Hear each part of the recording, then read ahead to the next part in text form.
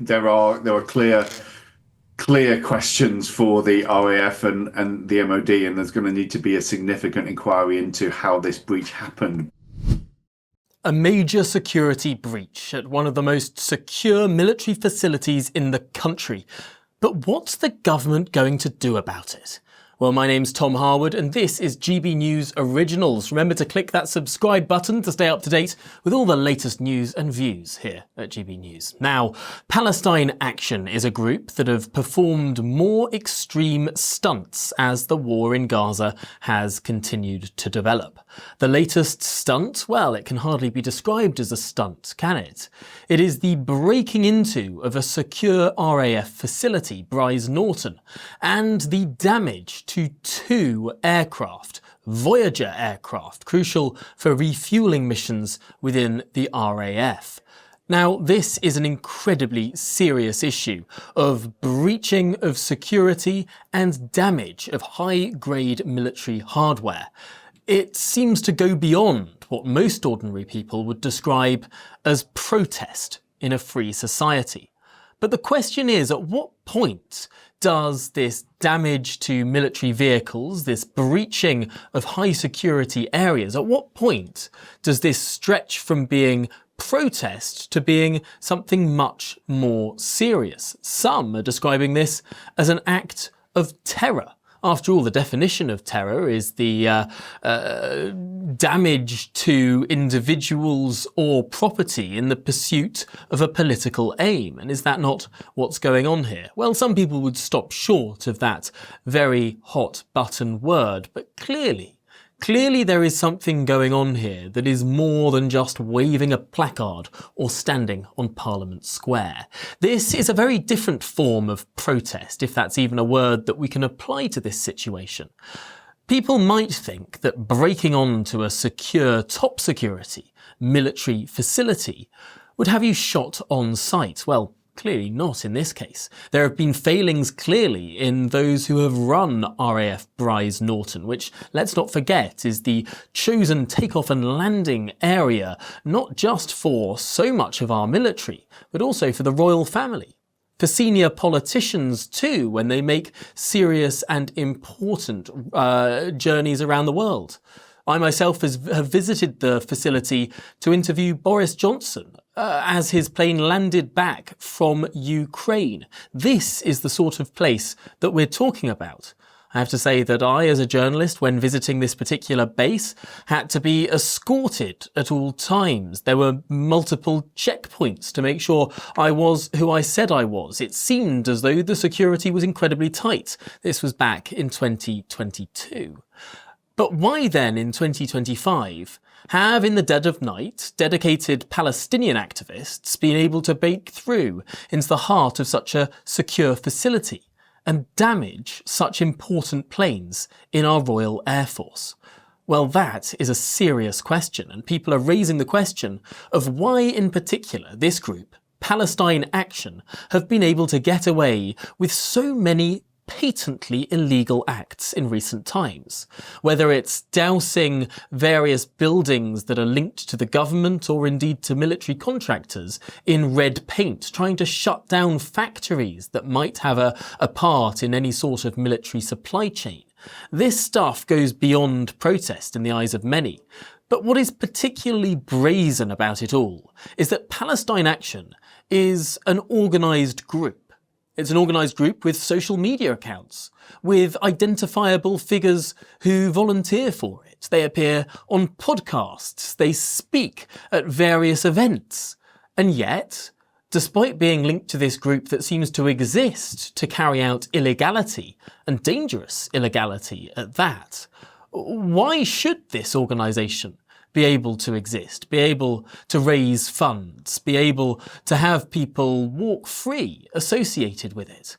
That is a question that was raised today by Nigel Farage and also by Lord Walney. Now, he is the former advisor to the government on issues of violent protest, on issues of extremism, and we sat down with him to hear his take on what exactly should happen to this group, Palestine Action. Well, we can now speak with the former Labour MP, now member of the House of Lords, of course, Lord Walney. Lord Walney, thanks so much for joining us on this. What do you think should now happen to this group? I mean, this is an incredibly serious thing, breaking into a secure military compound.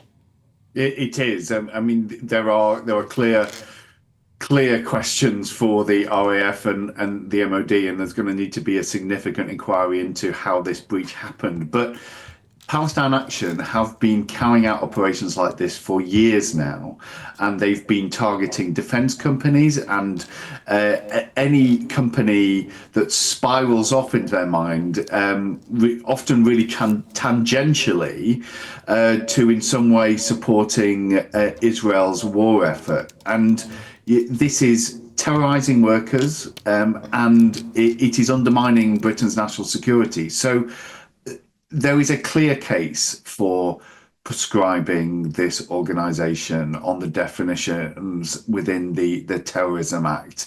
But you know what? That's often a finely judged decision for ministers, and I can understand why they want to amass evidence before they actually decide to make that call. The evidence is stacking up, but even if they were not to be prescribed as a terrorist group, there are things that can be done to ban them from being able to operate and brazenly broadcast out their crimes as something that they're actually proud of. Well, that's the thing, Lord Walney. That's the thing. It's so brazen. Posting with pride all over social media the criminal activity that you've literally just undertaken, and presumably they think that nothing's going to happen to them, that the law isn't going to keep up with them. Also, sorry, Lord Walney. Well, yes, that's right. The deterrent effect for Palestine Action is clearly not there at the moment. And for the vast majority of people looking at it, they will be thinking, why on earth is this organisation allowed to operate? You know, why can it openly have social media accounts? Where it, as you say, it live streams sometimes the operations, and on this it puts out the footage itself. Why is it able to raise money? Why is it able to freely open and organise? It will be quite simple for the government to stop that happening, even if they didn't go the whole hog of designating them as a terrorist organisation. One of the recommendations in my recent review is that organisations like this that are clearly using systematic criminality to try to effect change should be subject to those kind of restrictions. Well, this is the incredibly frustrating thing. Again, I mean, these people are absolutely public about what they do. They appear on podcasts, they go to literary festivals, they talk about and then they break into secure military compounds. The sorts of things that when I was growing up, I was told, oh, don't go into that military compound, they'll shoot you. Well, apparently not. I mean, this is extraordinary. But perhaps what is more extraordinary is the statement put out by the Prime Minister around an hour or so ago, where he tweeted, "The act of vandalism committed at RAF Brize Norton is disgraceful. Our armed forces represent the very best of Britain and put their lives on the line for us every day. It's our responsibility to support those who defend us." I mean, fine. But he doesn't say what's actually going to happen. I mean, it seems like he's just said, well, this is a bad thing, and that there is no consequence. What do you expect will there be discussions going on in Number 10 about what to do? Yeah, I think there will be. I know that at political and ministerial level, there has been concern about Palestine Action for a long time now. It was one of the focuses of my review, as I say, and there has been this increasing drumbeat of criminal and sometimes violent action from this group.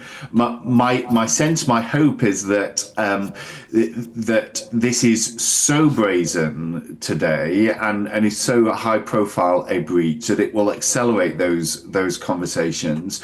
You know, being charitable to the Prime Minister and his social media operator, they probably didn't want to get ahead of those, but I am urging the government now to act and to act quickly to make clear to the And public Lord and Warney, to others who are watching we're just running out of time, so I'll just put to you what they say they're doing, right? Okay, so they say that they're interrupting Britain's direct participation in the commission of genocide and war crimes across the Middle East. They presumably believe, unless they're just thugs, believe that what they're doing is of some kind of moral virtue. Is there any truth to what they're saying about how these military aircraft could be used in the Middle East for purposes of killing innocent people?